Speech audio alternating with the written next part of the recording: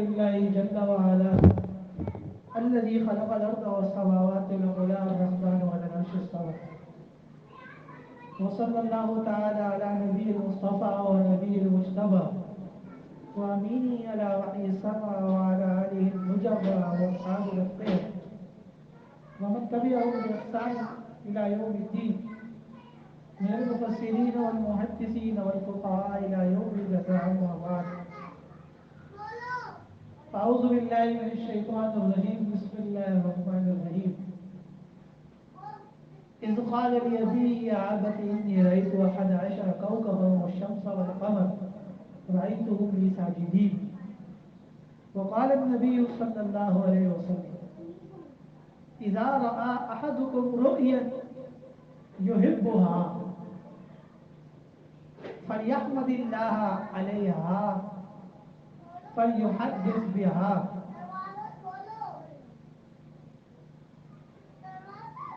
وفي رواية فلا يحدث بها إلا من يحب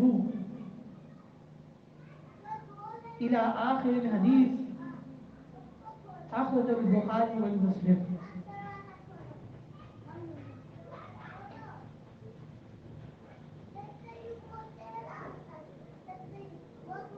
قرآن کریم میں اللہ تعالیٰ نے مختلف واقعات سنائے ہیں. حضرات انبیاء علیہ السلام کے بھی واقعات سنائے ہیں. خاموش ہو جاؤ خاموش ہو جاؤ خاموش ہو جاؤ.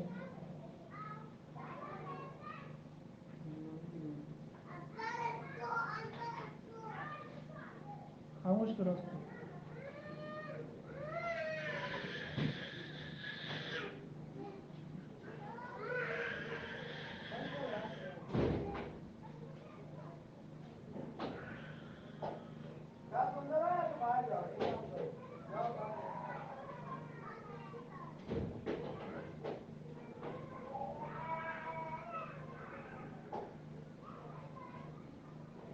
قرآن کریم میں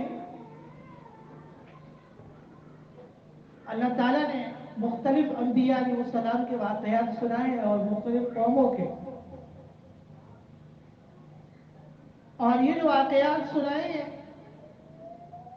ان کا مقصد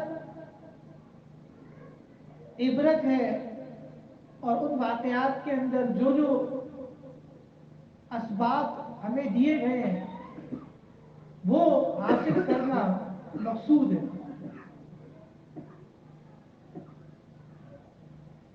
اور یہ تمام تر واقعات سچے ہیں جو اللہ تبارک و تعالی نے قرآن کریم میں بیان فرمائے. 12ویں پارے میں اللہ تعالیٰ نے سورہ یوسف نازل فرمائی ہے، اور اصلاً یہودیوں کے سوالات تھے، یا یہ کہ یہودیوں نے یہ سوالات مشرکین کے ذریعے کیے آپ صلی اللہ علیہ وسلم سے، اور ان سوالات کے جوابات میں سورہ یوسف نازل ہوئی. اور بھی آیات نازل ہوئی کیونکہ سوال مختلف تھے، لیکن ایک سوال کا جواب میں سورہ یوسف مکمل نازل ہوئی.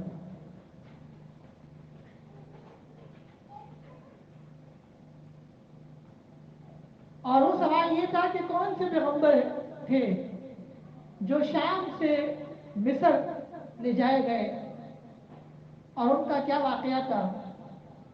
اس سوال کے جواب میں اللہ تعالیٰ نے سورہ یوسف مکمل نازل فرمائی، اور سورہ یوسف میں یوسف علیہ السلام کا واقعہ بیان فرمایا. یوسف کا معنی یوسف اسد سے ہے، اور یوسف کا معنی یہ ہے کہ جس پہ غم اور پریشانیاں بہت زیادہ ہیں. حضرت یوسف علیہ السلام پر پریشانیاں مسائل چونکہ بہت زیادہ آئے تھے،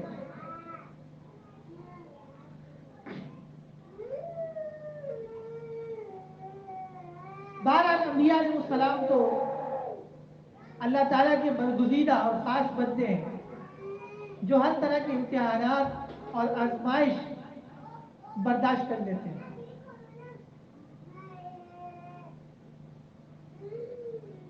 واقعہ اس طرح ہے کہ حضرت یوسف علیہ السلام دو سگے بھائی تھے اور باقی 10 بھائی سوتیلے تھے. یوسف علیہ السلام اور بنیامین یہ سگے بھائی تھے، باقی 10 بھائی سوتیلے تھے. اور سوتیلے بھائی ہر وقت اس چکر میں رہتے تھے کہ کس طرح حضرت یوسف علیہ السلام کو ان کے والد سے دور کیا جائے. یوسف علیہ السلام بہت زیادہ حسین، جمیل اور خوبصورت تھے. علماء کہتے ہیں اور حضرت شیخ صاحب رحمۃ اللہ علیہ فرمایا کرتے تھے کہ جب بچہ ماں کے پیٹ میں ہو اور 4 مہینے کا ہو جائے تو اسی وقت اس کا نام تجویز کر لیں کہ اگر لڑکا پیدا ہوگا تو ہم یہ نام رکھیں گے، اگر لڑکی پیدا ہوگی تو ہم یہ نام رکھیں گے. اور ایک تجربے کی بات بتاتا ہوں آپ کو کہ نام کا جو مادہ ہوتا ہے نا، یعنی الفاظ، اس کا بڑا اثر ہوتا ہے. اگر آپ یہ چاہتے ہیں کہ آپ کے بچے خوبصورت پیدا ہو، رسید جمیل پیدا ہو، تو ایسا نام تجویز کریں کہ جس کا معنی خوبصورتی سے لبریز ہو. اگر آپ یہ چاہتے ہیں کہ بچے کی پیدائش کے ساتھ گھر میں خوشخبریاں ہیں اور خیر و برکت نازل ہو، تو ایسا نام تجویز کر لیں کہ جو خوشخبریوں سے اور برکات سے بھرا پڑا ہو.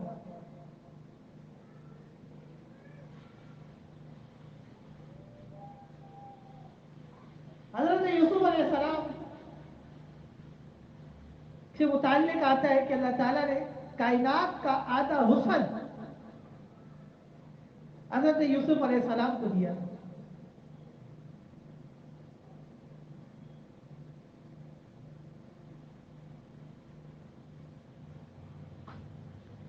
یوسف علیہ السلام نے خواب دیکھا اور وہ خواب اپنے والد صاحب سے بیان کیا. یا ابتی انی رأیت 11 کوکبا، اے میرے ابا جان، میں نے خواب دیکھا ہے. اور خواب کیا ہے؟ اس میں 11 ستارے دیکھے ہیں. والشمس، اور سورج کو دیکھا ہے. والقمر، اور چاند کو دیکھا ہے. رأیتہم لی ساجدین، اور دیکھا یہ کہ یہ سب مجھے سجدہ کر رہے ہیں. یہ 11 ستارے، سورج اور چاند مجھے سجدہ کر رہے ہیں. حضرت یعقوب علیہ السلام کے والد اللہ تعالیٰ کے نبی تھے. انہوں نے فرمایا کہ یا بنی لا تقصص رؤیاک علی اخوتک،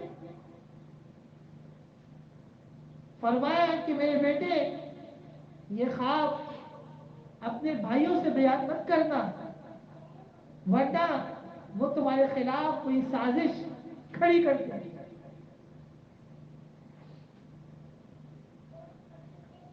اور سازش کیوں کھڑی کریں گے؟ کیونکہ یوسف علیہ السلام کو اللہ تعالیٰ نے مقام اور مرتبہ عطا فرمانا تھا، اور خاص کر نبوت جیسا مقام اور اپنا نبی بنانا تھا.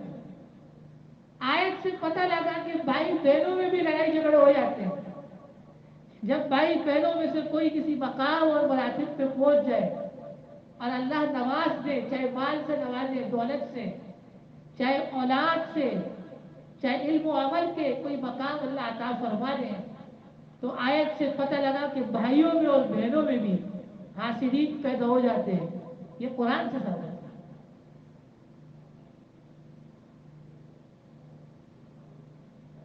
اب یہ یاد رکھیں کہ خواب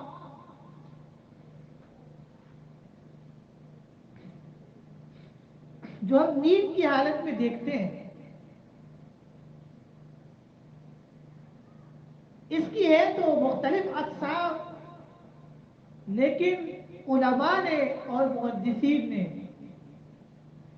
3 قسموں میں اس کا انحصار کیا ہے۔ پہلی قسم کا خواب یہ ہے کہ آپ نے کوئی اچھا خواب دیکھ لیا اور آپ خوش ہو گئے،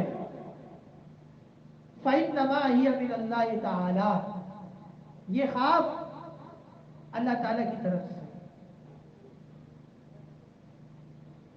اور حدیث مبارکہ میں یہ حکم ہے کہ جب کوئی شخص اچھا خواب دیکھے تو فَلْيَحْمَدِ اللَّهَ عَلَيْهَا، اللہ تعالیٰ کی ہم بیان کرے اور شکر ادا کرے اچھا خواب دیکھنے پر، وَلْيُحَدِّثْ بِهَا، اور اچھے خواب کو لوگوں سے بیان کرے۔ اور آپ صلی اللہ علیہ وسلم نے فرمایا کہ اس شخص سے خواب کو بیان کرو، فرمایا کہ خواب کو مت بیان کرو الا من یحب، مگر اس شخص سے جو تم سے محبت کرتا ہو۔ یعنی اچھا خواب بھی ہر ایک کو نہیں سنانا، اس کو سنانا ہے کہ جس کے بارے میں آپ کو پتہ ہے کہ یہ شخص آپ سے محبت کرتا ہے، آپ کو پسند کرتا ہے، آپ کو خواب کی اچھی تعبیر دے گا، آپ نے وہ خواب اس کو سنا۔ کیونکہ اگر آپ نے وہ خواب اپنے کسی دشمن کے سامنے بیان کر لیا یا کسی حاسد کے سامنے بیان کیا، وہ کتنا اچھا خواب کیوں نہ ہو، وہ ٹیڑھی ٹیڑھی باتیں کرے گا،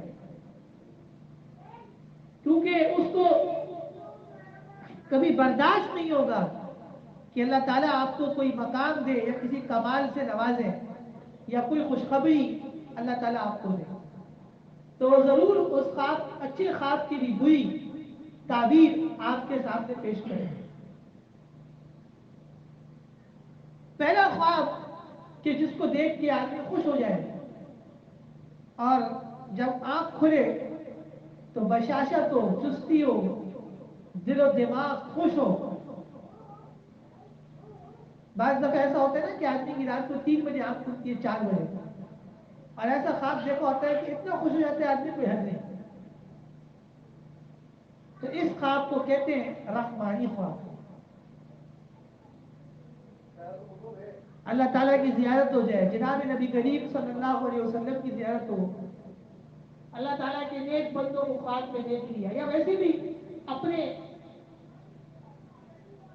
گھریلو زندگی یا اپنے معاشی زندگی یا اپنی زندگی سے متعلق کوئی اچھا خواب دیکھا، اس خواب کو کہا جاتا ہے رحمانی۔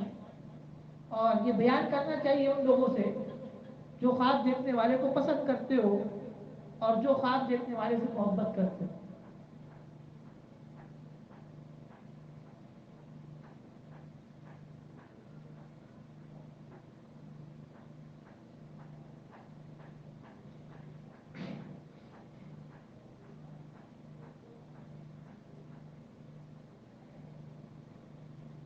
دوسرا قسم کا خواب یہ ہے کہ خواب میں آپ نے کوئی بھیانک چیز دیکھ لی ہے اور کوئی ڈرانا قسم کا خواب دیکھ لیا اور آپ ڈر گئے۔ اب حدیث میں آتا ہے کہ وَلَا يَذْكُرُهَا لِأَحَدٍ، بخاری مسلم میں کہ وَلَا يَذْكُرُهَا لِأَحَدٍ، کہ برا خواب جب دیکھ لیا تو اس کو کسی سے بیان نہ کریں۔ برا خواب جب دیکھے تو کسی سے اس کو بیان مت کریں۔ وَلْيَسْتَعِذْ مِنْ شَرِّهَا، اور اس کے شر سے پناہ مانگے۔ فَإِنَّهَا لَا تَضُرُّهُ، وہ برا خواب کچھ نقصان نہیں پہنچا سکے گا آپ کو۔ اور طریقہ کار جو آپ صلی اللہ علیہ وسلم نے بتایا وہ یہ کہ جب کوئی شخص برا خواب دیکھ لے اور آنکھ کھل جائے تو الٹے ہاتھ کی طرف، اپنے الٹے ہاتھ کی طرف دیکھ کر 3 دفعہ تھکارے، تھوک تھوک تھوک کرے، تھوکنا نہیں ہے بس تھوک تھوک کرے، اور سیدھے ہاتھ کی طرف دیکھ کر 3 دفعہ اعوذ باللہ من الشیطان الرجیم پڑھ لے۔ آپ صلی اللہ علیہ وسلم نے فرمایا کہ وہ خواب ہرگز تمہارا کبھی بھی کچھ نہیں بگاڑ سکے گا۔ اور بیان کسی سے نہیں کرنا، نہ اس سے بیان کرنا ہے جو آپ سے محبت کرے نہ دشمن سے۔ برا خواب بیان کرنے سے آپ صلی اللہ علیہ وسلم نے منع فرمایا۔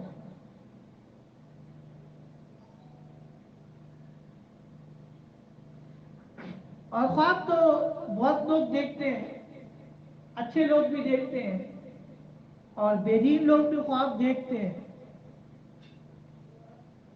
اور دوسرا مرحلہ وہ کہلاتا ہے تعبیر کا، کہ جب آپ کوئی اچھا خواب دیکھتے ہیں تو آپ کسی عالم دین سے، کسی اچھے تعبیر بیان کرنے والے سے آپ خواب پوچھتے ہیں اور وہ آپ کو تعبیر دیتا ہے کہ اس خواب کا یہ مطلب ہے۔ اور حدیث سے معلوم ہوتا ہے کہ معبر جو تعبیر دے گا وہی ہوگا۔ اس لیے خواب کی تعبیر بھی ہر ایک سے نہیں دینی، ایسے کامل اور اکمل عالم سے لینی ہے کہ جو لوگوں کو اچھی تعبیرات دیتا ہو بری تعبیرات نہ دے۔ کیونکہ اگر معبر نے خواب دیکھنے والے کو بری تعبیر دی تو جس نے خواب دیکھا ہے وہ تباہ ہو جائے گا اور برباد ہو جائے گا، یہ بھی یاد رکھیں۔ اس لیے تعبیر بھی ان سے پوچھیں جو تعبیرات کے اندر ماہر ہے اور ساتھ ساتھ علم میں بھی ماہر ہے، عمل میں سنت کا اہتمام ہے اور وہ جانتے ہیں کہ کس شخص کو کیا تعبیر دینا۔ ہر ایک سے خواب کی تعبیر پوچھنے کی ضرورت نہیں، اور یہ بھی یاد رکھیں کہ تعبیر وہی ہوتی ہے جو پہلا آدمی بیان کرتے ہیں۔ یہ نہیں کہ آپ نے 4 آدمی کو خواب پوچھا کہ میں نے یہ دیکھا ہو، میں نے یہ دیکھا۔ تعبیر وہی ہوتی ہے جو پہلا آدمی بیان کرتا ہے۔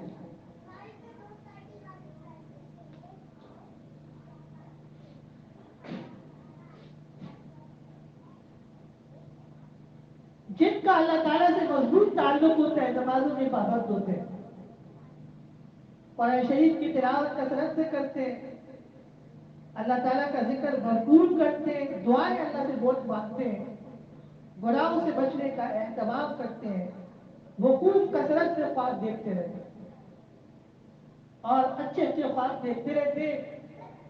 اور بعض دفعہ اللہ خوابوں کے ذریعے سے ان کو آنے والی مشکلات سے متعلق پہلے ہی خواب کے ذریعے سے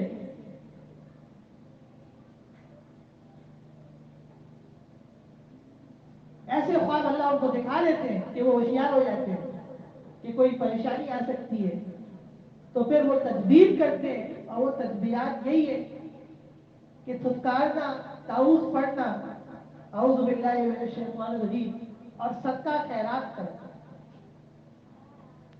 صدقہ خیرات کی برکت سے اللہ تعالیٰ آفتوں سے، پریشانیوں سے اور مسائل سے بچا دیتے ہیں۔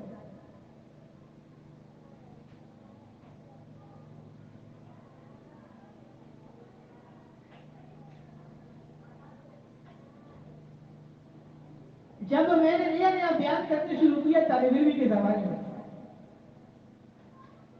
اس زمانے میں گلشن اقبال نمبر 4 میں رہتے تھے، ڈسکو بیٹی کی بات، تو وہاں چونکہ میری عمر اس زمانے میں ظاہر سی بات ہے کہ طالب علموں کی عمر کیا ہوتی ہے، کمی ہوتی ہے، تو محلے کے نوجوانوں کے ساتھ ایک اچھا تعلق تھا۔ جب بیان شروع کیا تو محلے کے نوجوان بیان میں آتے تھے، تو وہاں محلے کے اندر بہت زیادہ مقبولیت ہو گئی اور شہرت ہو گئی۔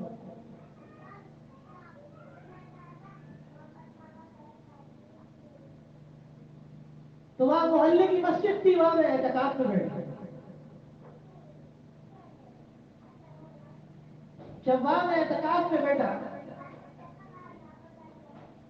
تو تبلیغ والوں کی چھٹی ہو گئی رات کے وقت، اور اللہ کے احسان فضل عنایات پورے محلے کے نوجوان پورا دن مجھے گھیر کے رکھتے ہیں۔ جتنے بھی او لیول والے، میٹرک والے اور انٹر والے، نوکریوں والے، جس کو جب موقع ملتا میرے پاس آتا اور پوری پوری رات نوجوان میرے ساتھ بیٹھے رہتے، بیان پہ بیٹھتے، اور میں اس سورہ یوسف کی تفسیر بیان کرتا تھا اور ایک تلاش ہو جاتا تھا کہ میں آپ کو بتا نہیں سکتا۔ ہمارا جتنا یہ سلسلہ شروع ہوا ہے نا، یہ سورہ یوسف کی طرف سے شروع ہوا. میں اعتکاف میں 3 دن 4 دن تک سورہ یوسف پڑھاتا تھا لڑکوں کو، کالج اور یونیورسٹی کے لڑکوں کو. جب مسجد والے نے دیکھا کہ رش بہت زیادہ بڑھ گیا ہے،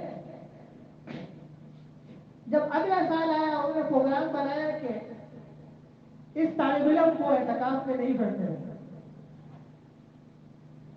اور کہتے ہیں کہ رمضان کا 30واں روزہ تھا، 14واں روزہ تھا، اور مسجد میں انتظامیہ نے میٹنگ کی کہ یہ جو لڑکا محلے کے اندر آیا ہے اس کو اعتکاف میں نہیں بیٹھتے ہیں، کیونکہ اس کی وجہ سے پورے محلے کے نوجوان آتے ہیں اور ایسا نہ ہو کہ یہ مسجد پہ قبضہ کر لے اور مسجد ہماری ہاتھ سے نکل جائے. انتظامیہ والوں کو دیر کرنا چاہیے. آپ یقین کریں کہ انہوں نے میٹنگ کی 30 روزے ہوئے 34 روزے، اور بس وہی دیکھتے میں نے خواب دیکھا. اور خواب میں نے دیکھا، یعنی پہلے اشرے میں خواب دیکھا کہ بھینسے ہیں جو مرے میں پڑے ہیں لائن سے، اور میں ان کے درمیان سے گزر رہا ہوں اور بہت خوش ہوں، اور جتنے بھینسے ہیں وہ سب مرے میں پڑے ہیں. جب میری آنکھ کھلی شہری کے وقت مجھے یہ اندازہ ہو گیا کہ کوئی نہ کوئی ہمارے خلاف سازش کر رہا ہے. یہ نہیں پتا کہ کون کر رہا ہے، کوئی نہ کوئی ہمارے خلاف سازش کر رہا ہے. میں نے والدہ سے پیسے لیے، اس طرح طالب علم سے کوئی کام کاج تو تھا نہیں، والدہ سے پیسے لیے اور والدہ کو بولے کہ صدقہ کرو. تو خدا کی شان، جس مسجد میں اعتکاف میں بیٹھتا تھا اسی مسجد کے امام کو جا کے پیسے دیے، اور جس مسجد میں ہمارے خلاف سازش ہو رہی تھی اسی مسجد میں جا کے پیسے دیے. کیونکہ ظاہر سی بات ہے، عالم الغیب تو نہیں، عالم الغیب تو اللہ تعالیٰ ہے، ہمیں تو نہیں پتا کہ کیا ہونے والا ہے. چند دن گزرے، میں نے اعتکاف کے لیے لڑکوں سے کہا کہ انتظامیہ سے رابطہ ہو. انہوں نے کہا کہ جی اعتکاف میں بیٹھنے کی آپ کو اجازت ہے.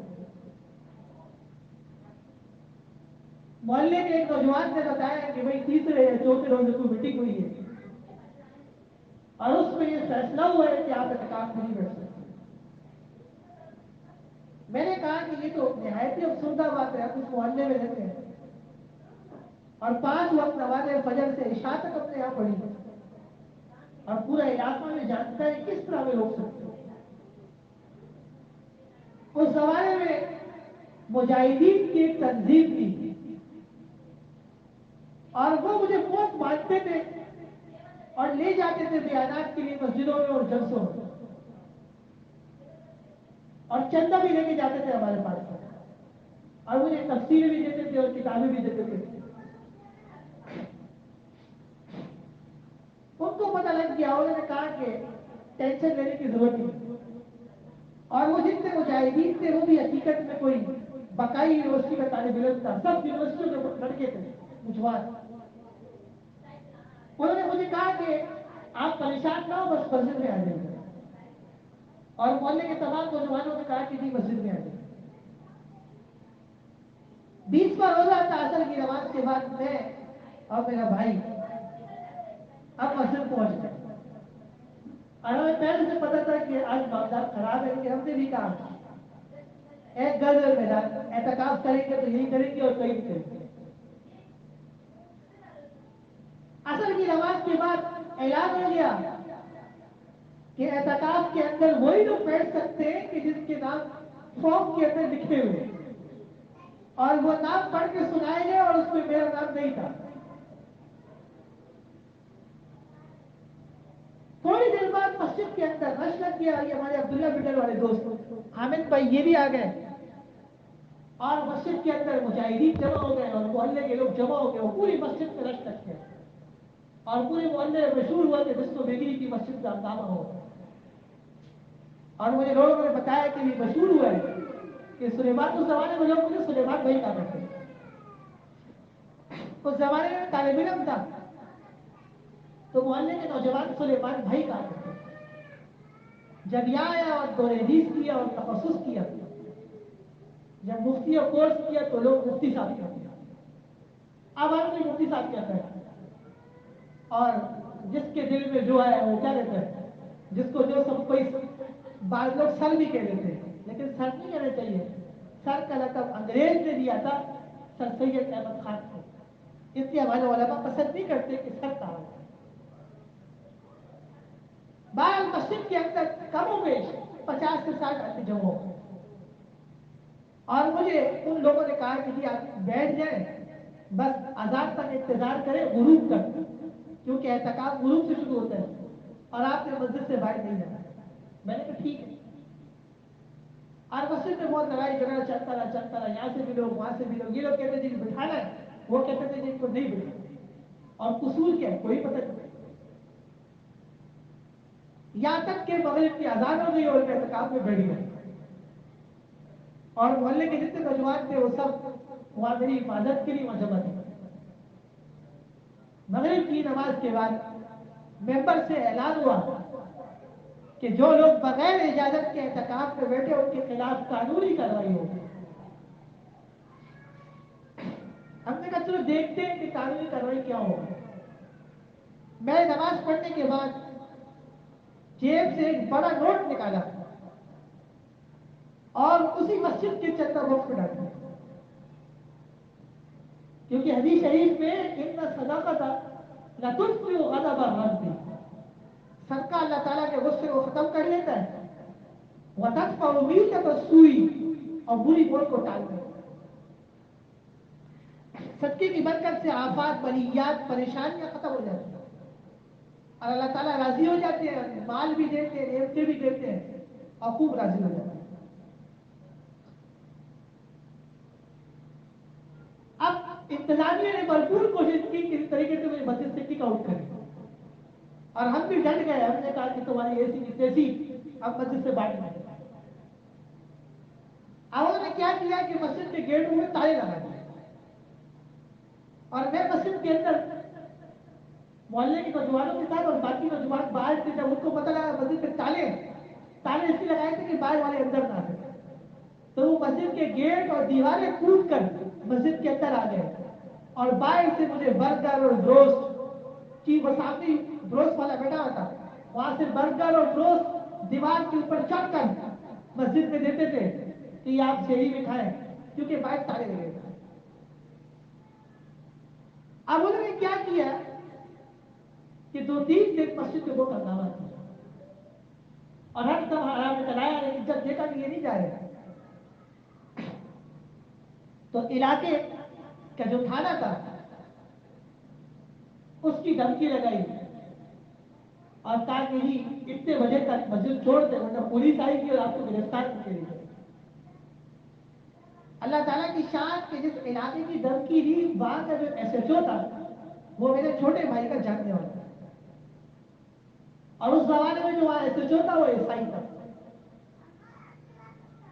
وہ ایسا زمانہ تھا کہ میں بہت کمزور تھا, کمزور مالی اعتبار سے نہیں تھا, تعلقات کے اعتبار سے تھا, لیکن اللہ سے زبردست تعلق تھا. تو اس زمانے میں لوگ جیلوں کی اور تھانوں کی دھمکیاں لگاتے تھے ہمیں, تو ظاہر سی بات ہے کبھی بھی خوف پیدا ہو جاتا تھا. اب تو اللہ تعالیٰ کا شکر ہے کہ کراچی کے جتنے تھانے ہیں, چاہے وہ گلستان جوڑ تھانہ ہو, گلشن اقبال کا ہو, شاہ فیصل کا ہو, صدر کا ہو, سب پولیس والے تابع دار ہیں اور بات مانتے ہیں اور عزت کرتے ہیں. بلکہ پولیس والے یہاں آتے ہیں, کھانا کھانے جاتے ہیں, اور پولیس والوں کے لیے بریانیاں یہاں سے جاتی ہیں ان کے دفتر میں, شوق سے یہاں سے کھانا لے کے جاتے ہیں. تو مجھے انہوں نے دھمکی دی کہ اس ٹائم تک آپ یہاں سے چلے جائیں ورنہ پولیس گرفتار کرے گی. اب ظاہر سی بات ہے کہ دل کے اندر خوف تو پیدا ہو, اور یہ بات میں بتا رہا ہوں صبح سویرے کی 8 بجے 7 بجے, اور میں اور محلے کے سارے نوجوان پوری رات جاگے ہوئے تھے, اور ہم فجر کے بعد سوتے تھے شراب پڑھ کے, اور اشراق سے پہلے انہوں نے اطلاع دی کہ جی آپ مسجد چھوڑ دیں ورنہ پھر پولیس آئے گی. میں ذرا پریشان بھی ہوا, لیکن اتنے میں پتہ لگا کہ جی اس کی بھی کوئی ٹینشن نہیں. دوسرا کام انہوں نے یہ کیا کہ وہ جس مدرسے میں پڑھتا تھا وہ مجھے بتایا بغیر وہاں پہنچ گئے, اور وہاں جا کے انہوں نے شکایتیں لگائی کہ جی یہاں کا طالب علم ہے اور ہماری مسجد پہ ہنگامہ کیا اور یہ کیا وہ کیا. جب ہمیں یہ پتہ لگا تو ہمارے ساتھ جو محلے کے نوجوان تھے جس میں عزیزم بلال بشر اقبال کا جو آج تک وفادار ہے الحمدللہ، وہ گیا چند نوجوانوں کو لے کر مدرسے اور اس نے کہا میں دیکھتا ہوں کہ کون روکتا. آپ یقین کریں 3 دن تو ہنگامے رہے، لیکن آپ اللہ تعالیٰ کی شان دیکھ کے اور صدقات کی ویسی برکات دیکھے کہ اس زمانے میں MKM کا وہ زور تھا اور جو یونٹ ہوتے تھے ان کی حیثیت تھانے جیسی ہوتی تھی اور علاقوں کے تمام معاملات یونٹوں میں طے ہوتے تھے. یہ جو ہمارے عزیز بلال بھائی بشر اقبال والے ان کے بڑے مضبوط تعلقات تھے.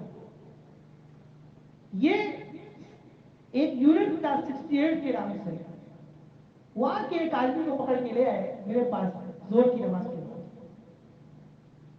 اور اس زمانے میں ایسا زور تھا جو لوگ جانتے ہیں کہ لوگوں کی جان نکلتی تھی.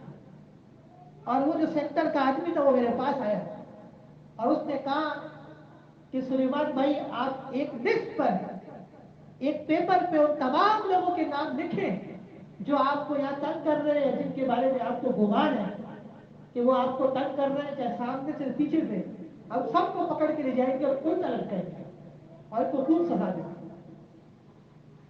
میں نے کہا یار اس کی ضرورت نہیں ہے، ہم خاندانی لوگ ہیں اور اس قسم کے لوگ نہیں ہیں کہ دشمنوں کو بھی سزا دلوائیں. اس زمانے میں تھانے سے زیادہ مضبوط سیکٹر ہوا کرتا تھا. خیر یہ بھی شکر ہے کہ اللہ کا فضل ہے کہ وہ جماعت ختم ہو گئی اور ملک میں اور کراچی میں امن قائم ہو گئی. اس نے کہا کہ اچھا ایک کام کریں کہ وہ لوگ جو آپ کو تنگ کر رہے ان کو بلا دیں. اور اس میں کوئی تبلیغی شیطان اور ابلیس بھی تھے نہیں جو سازش کر رہے تھے ان کو بلا لیا اور تمام وہ لوگ جو تنگ کر رہے تھے ایک طرف ان کو بٹھایا ایک طرف ہمیں بٹھایا. اور اس نے کہا کہ خبردار کہ سلیمان بھائی کو آپ نے ذرا برابر ٹیڑھی آنکھ سے دیکھا اور کہا کہ ان کے ساتھ ہم کھڑے ہیں اور خبردار کہ ہمیں پتہ لگا کہ ان کو کسی نے کچھ کہا. یقین کریں کہ اس کے بعد جتنے دن اعتکاف میں رہ گئے روز میرا بیان ہوتا تھا اور لوگ شریک ہوتے تھے اور مجال نہیں کہ کسی نے مجھے ٹیڑھی آنکھ سے دیکھا. سچے کا ایسا زور ہے. تو بعض دفعہ اللہ تعالیٰ اپنے بندوں کو خوابوں میں پہلے ہی باخبر کر دیتا ہے، آنے والے حالات سے متعلق خبردار کر دیتے ہیں کہ ہوشیار ہو جاؤ، اس قسم کے مسائل آ سکتے ہیں، اس کی تدبیرات کرو، صدقہ دو، خیرات کرو. حدیث شریف میں کہ حضرت صلی اللہ علیہ وسلم نے فرمایا لم يبق من النبوة الا المبشرات. نبوت تو ختم ہو گئی ہے لیکن مبشرات باقی ہیں. مبشرات کا معنی ہے خوشخبری ہے.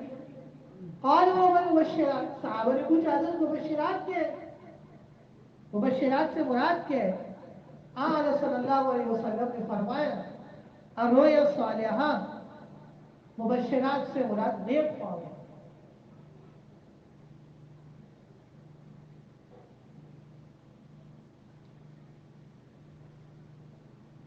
اللہ تعالیٰ سے اگر تعلق مضبوط ہوگا اللہ تعالیٰ دنیا میں ہمیشہ عزت کے دن دکھائیں گے اور رسوائیوں سے بچیں گے.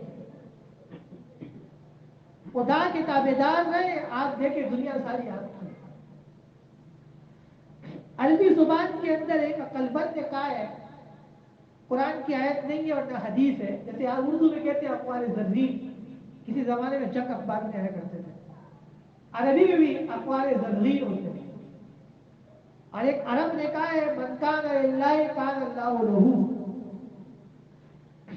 من کان للہ جو اللہ کا ہو جاتا ہے کان اللہ لہو، اللہ تعالیٰ اس کو ہو جاتا ہے. تو خواب ایک ایسی حقیقت ہے کہ جس کو کوئی شخص جھٹلا نہیں سکتا. انگریزی والے کہتے ہیں ڈریم. اکثر دوست مجھے کہتے ہیں کہ ہم نے آج رات ڈریم دیکھی. کیا دیکھی؟ خواب دیکھے. کیا دیکھے؟ خواب.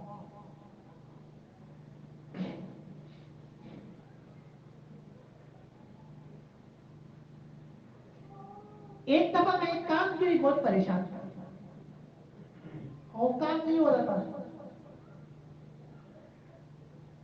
ایک دینی کام تھا اور اس میں معاونت کی ضرورت تھی.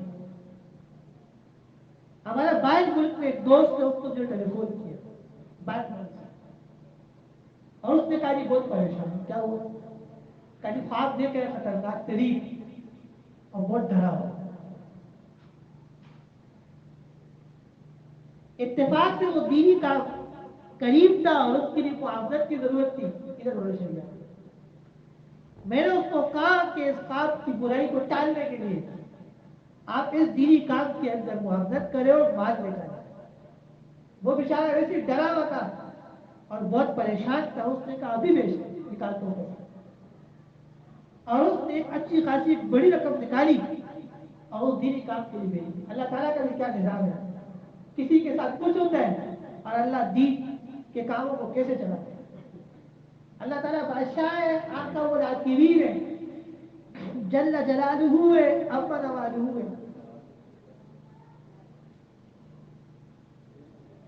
خدا کی شان بہت بڑی ہے, کما یلیق شان. بڑے بڑے قابلین دنیا سے گزرے اور بڑے زبردست قسم کے خواب دیکھے, اور علماء متفق ہیں کہ علامہ ابن سیرین رحمت اللہ علیہ خوابوں کی تعبیر میں بہت زیادہ ماہر اور باہر تھے اور کامل وقت تھے. اور وہ مشہور خواب جو میں ہمیشہ سناتا ہوں اور یہاں کے لوگوں کو یاد بھی ہو چکے ہیں لیکن دوبارہ سنیں. حضرت شیخ صاحب رحمۃ اللہ علیہ سنایا کرتے تھے, خلیفہ ہارون رشید کی بیوی زیب النساء نے خواب دیکھا کہ جتنے چرندے اور پرندے وہ اس کے ساتھ بدکاری کر رہے ہیں. بادشاہ کی بیوی تھی, خواب دیکھا تو بہت پریشان ہوا. اچھا یہ بھی یاد رکھیے کہ بعض خواب ایسے ہوتے ہیں کہ آدمی بات دیکھتا ہے تو کہتا ہے کہ شاید یہ کوئی خطرناک خواب ہے, لیکن وہ اچھا خواب نکل رہا ہے. بعض خوابوں کی جو شکل ہوتی ہے وہ اور ہوتی ہے اور تعبیرات ان کی اور ہوتی ہیں, اچھی نکل آتی ہے. زیب النساء نے ایک لونڈی کو بھیجا کنیز کو اور کہا کہ ابن سیرین کو یہ خواب سناؤ لیکن میرا نام مت لینا, اور اس کو کہہ رہا کہ یہ خواب میں نے لونڈی نے دیکھا, اس کی تعبیر ہوئی. لونڈی گئی اور اس نے ابن سیرین سے کہا کہ میں نے یہ خواب دیکھا ہے. پورا خواب سنایا اور نسبت اپنی طرف کی اور کہا تعبیر کیا ہے. ابن سیرین تو بڑے ماہر آدمی تھے. علامہ ابن سیرین رحمۃ اللہ علیہ فرمایا تجھ جیسی گھٹیا نسل کی عورت, تجھ جیسی گھٹیا گھرانے کی عورت یہ خواب نہیں دیکھ سکتی. یہ خواب کسی اونچے گھرانے کی اور اونچے خاندان کی عورت نے دیکھا ہے.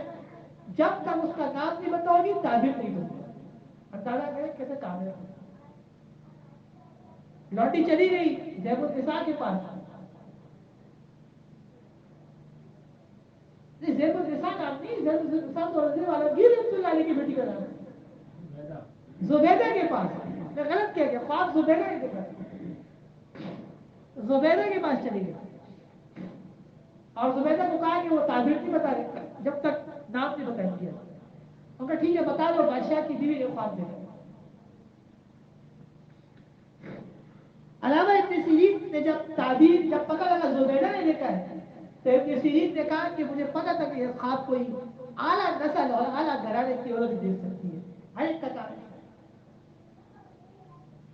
یاد رکھنا, کم نسل کم زس عورت وہ ہمیشہ گھٹیا چیزوں کی طرف مائل ہوتی ہے. یہ علامت اور پہچان. اور اونچے گھرانے کی عورت اور شرف و نسل گھرانے کی عورت ہمیشہ اچھی چیز کی طرف مائل ہوتی ہے. میں آپ کو مثال دیتا ہوں. مثلا ایک چیز ہے وہ 10 روپے کی بھی ہے, 40 کی بھی ہے اور 100 روپے کی بھی ہے. اور 100 روپے اور 40 روپے میں جو چیز مل رہی ہے وہ کوالٹی ہائی ہے, اونچی کوالٹی کی چیز ہے.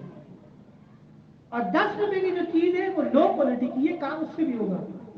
ہمیشہ جو گھٹیا نسل کی عورت ہوگی, کمزور گھرانے کی, وہ ہمیشہ یہ کہے گی کہ 10 روپے والی چیز خریدیں، کام تو اس سے بھی ہوگا، اور وہ اسی کی طرف مائل ہوگی، کیونکہ وہ یہ سوچے گی کہ 30 روپے اور 90 روپے بچ گئے. لیکن جو اعلیٰ گھرانے کی عورت ہوگی وہ کہے گی کہ نہ، یہ چیز نہیں لینی ہے، کیونکہ اس کا لیول اور اس کی کوالٹی لو ہے، کم سے کم درمیانی یا ہائی کوالٹی کی چیز آپ خریدیں. خواتین بھی مختلف نسلوں کی ہیں اور مختلف گھرانوں کی. دیکھیں، ایک کپڑا ہے نا، اور یہ بھی یاد رکھنا کہ جو اعلیٰ نسل کی عورت ہوگی کبھی بھی وہ استعمال شدہ کپڑا نہیں استعمال کرے گی. کیا کہتے ہیں؟ ڈھونڈے کا بھائی. وہ کہے گی کہ سستے پیسوں میں نیا خرید لوں، لیکن کسی کا پہنا ہوا نہیں خریدوں گی، نہ اپنے لیے نہ اپنے بچوں کے لیے. اور جو کمزور گھرانے کا آدمی ہوگا، جتنا ہی مالدار کیوں نہ ہو، وہ استعمال شدہ کپڑے پہننے میں بھی راضی ہو جائے گا، کیونکہ اس کے خون میں یہی چیز ہے اور اس کی تربیت یہی ہے. ابن سیرین نے کہا نا کہ مجھے پتا تھا کہ یہ خواب کسی اعلیٰ نسل کی عورت سے دیکھے، تجھ جیسی گھڑی عورت یہ خواب دیکھ نہیں سکتی.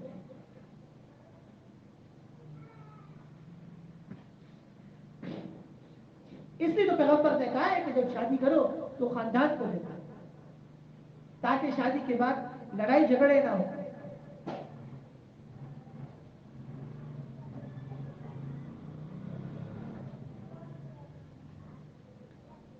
علامہ ابن سیرین رحمۃ اللہ علیہ نے خواب کی یہ تعبیر کی کہ اللہ تعالیٰ زبیدہ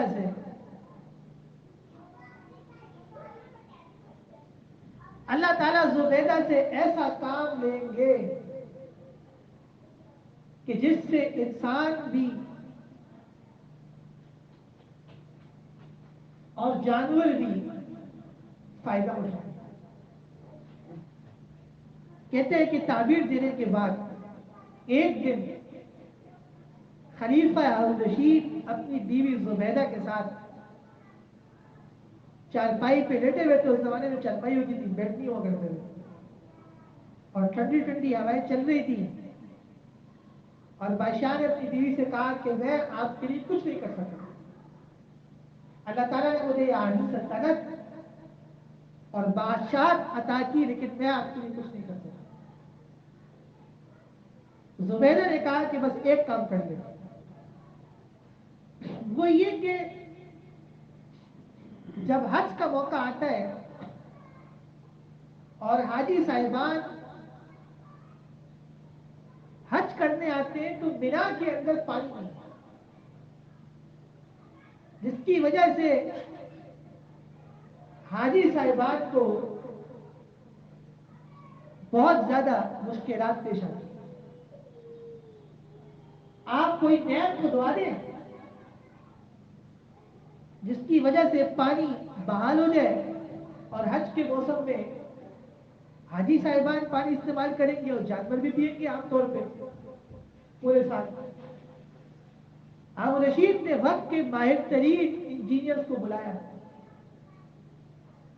اور ان کو کہا کہ آپ ایک نہر کھودیں جس کا نام ہوگا نہر زبیدہ، اور وہ پہنچائیں مینا تک، تاکہ حج کے موسم میں حاجی صاحبان کو پانی کی کوئی مشکل نہ ہو. اور عام طور پہ جو جانور ہیں، پرندے ہیں، وہ بھی اس نہر سے پانی پیتے رہے.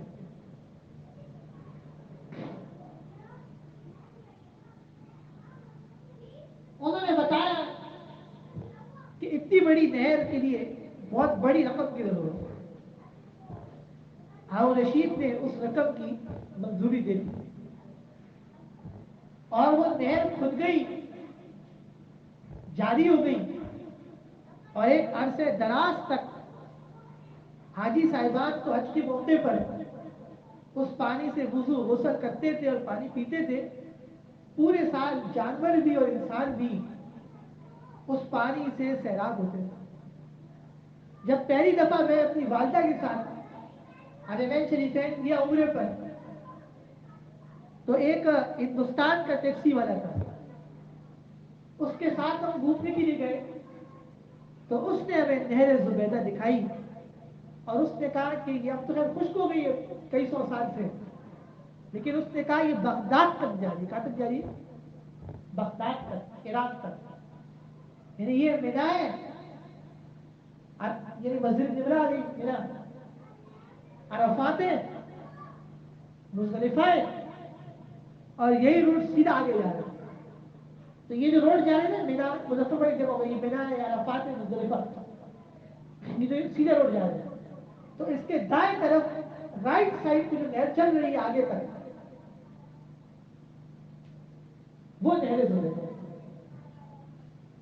اب وہ نہر خشک ہو گئی، لیکن آج بھی وہ جو کھدائی ہے وہ موجود ہے اور بغداد تک چل رہی ہے۔ تو دیکھیں ابن سیرین کتنے کامل شخص تھے کہ خواب کی کتنی اچھی تعبیر دی اور اس کے کتنے اچھے سوالات سامنے آئے کہ امت نے، انسانوں نے، جانوروں نے، پرندوں نے، ہر ایک نے اس سے فائدہ اٹھایا۔ اللہ تعالیٰ نے اگر زندگی دی اور صحت دی تو انشاءاللہ آئندہ جو میلاد مزید کلام کریں گے خوابوں کے اوپر، اور یوسف علیہ السلام کا واقعہ آپ کو سنائیں گے انشاءاللہ۔ وبهذا القدر نكتفي اليوم، فلله الحمد أولا وآخرا، وآخر دعوانا الحمد لله رب العالمين۔ الحمد لله رب العالمين ولا المتقين، اللهم صل وسلم على النبي وبارك وسلم اللهم لا تؤاخذنا إن نسينا وأخطأنا، اللهم ربنا ولا تحمل علينا إصرا كما حملته على الذين من قبلنا، اللهم ربنا ولا تحملنا ما لا طاقة لنا به، اللهم اعف عنا واغفر لنا وارحمنا، أنت مولانا فانصرنا على القوم الكافرين، اللهم أحسن عاقبتنا وسهل لنا في الأمور كلها وأجرنا من خزي الدنيا وعذاب الآخرة، اللهم لا تدع لنا ذنبا إلا غفرته ولا هما إلا فرجته ولا دينا إلا قضيته ولا حاجة من حوائج الدنيا إلا قضيتها يا أرحم الراحمين۔ اللہ تعالیٰ ہماری اس مجلس کو قبول فرمائے، اس کی برکت سے اللہ یار بھی اور اس پورے تاجر میں اور علاقے میں اور تمام اصلاحی ممالک میں اللہ رحمت نازل فرمائے۔ اللہ تعالیٰ دونوں علمین کی عبادت فرمائے، القدس کو اللہ رہائی نصیب فرمائے۔ مسلمان دنیا میں جہاں بھی پریشان ہے اللہ تعالیٰ ان کا حامی رہے، ناصر رہے، معید رہے، مددگار رہے۔ جو بیمار ہیں اللہ ان کو صحت شفا عطا فرمائے۔ حضرت والد صاحب وجود رہتے ہیں، اللہ تعالیٰ ان کو مکمل صحت شفا دے۔ اللہ تعالیٰ اساتذہ کا اور والدین اور مشائخ کا سایہ قادر قائم دائم رکھے۔ اللهم ربنا آتنا في الدنيا حسنة وفي الآخرة حسنة وقنا عذاب النار، اللهم رب ارحمهما كما ربياني صغيرا، اللهم ربنا هب لنا من أزواجنا وذرياتنا قرة أعين واجعلنا للمتقين إماما، اللهم رب اجعلني مقيم الصلاة ومن ذريتي، اللهم ربنا وتقبل دعاء، اللهم ربنا اغفر لي ولوالدي وللمؤمنين يوم يقوم الحساب۔ ہمارے دوست عزیز وہ آج امریکہ پہنچے ہیں اور ان کے کچھ نیک مقاصد ہیں، اور ابھی بیان سن کر انہوں نے دعاؤں کی درخواست کی ہے۔ اللہ تعالیٰ ان کو ان کے نیک مقاصد میں کامیاب فرمائے۔ وصلی اللہ تعالی علی خیر خلقہ محمد وعلی آلہ وصحبہ اجمعین برحمتک یا ارحم